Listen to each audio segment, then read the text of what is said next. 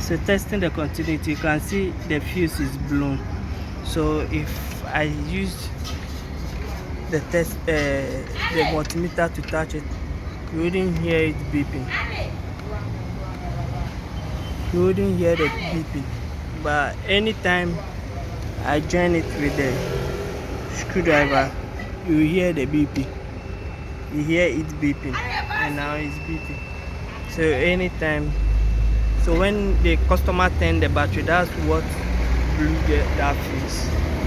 So now I've joined all the wires.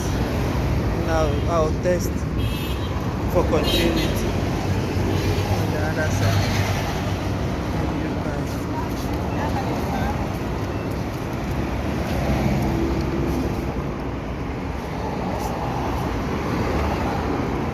So you can hear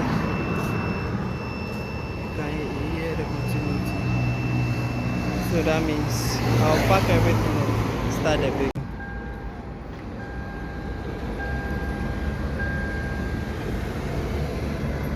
And clear all the fault code that the system brought up.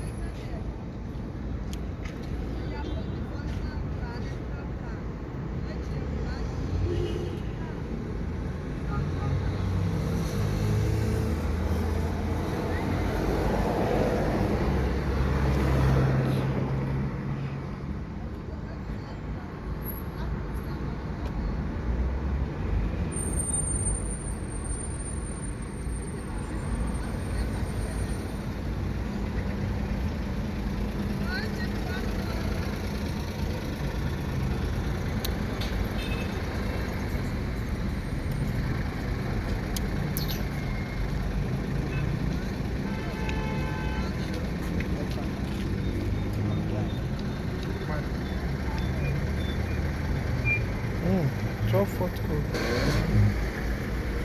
So I'll clear all the fault code.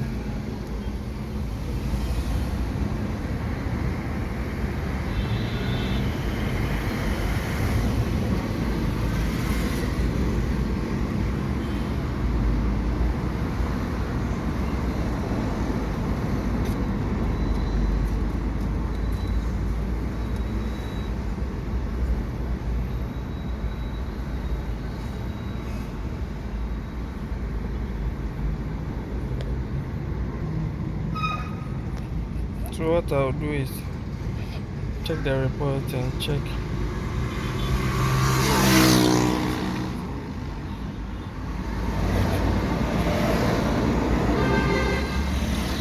So I'll get some of the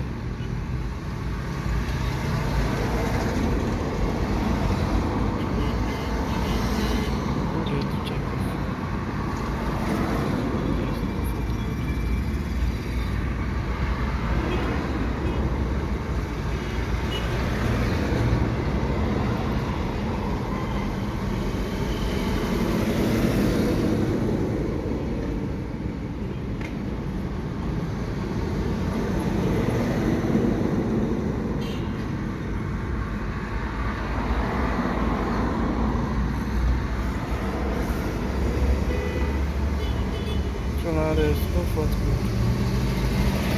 After cranking it for several times, I do get ignition issues. So what I'll do is I'll test. You can see now the test light is on. So you can see now the test light is on. That's the fuse. But when I go to the other side, it is off. And when I check here, to see the actual fuse is 15. That's the injector's fuse. So I'll take it out and replace it, then start the vehicle.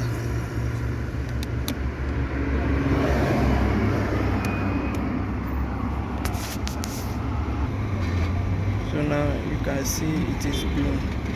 So after replacing that fuse, now the vehicle is running, and I didn't get the correct fuse, so I used this fuse.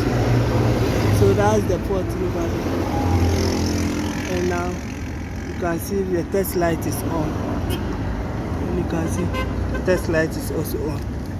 So I'm done Now you can see even the fuel bar is up a bit, and now the car is running. Thank you for watching. Now is I'll go back and erase all the fault code. So that's the fuse, the ignition fuse that was preventing the car from. So now everything is okay, and now the car is running.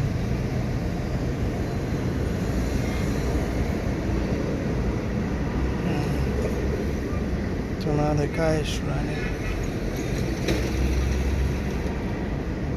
So we'll go back and check the fault code again and see if there will be any fault code.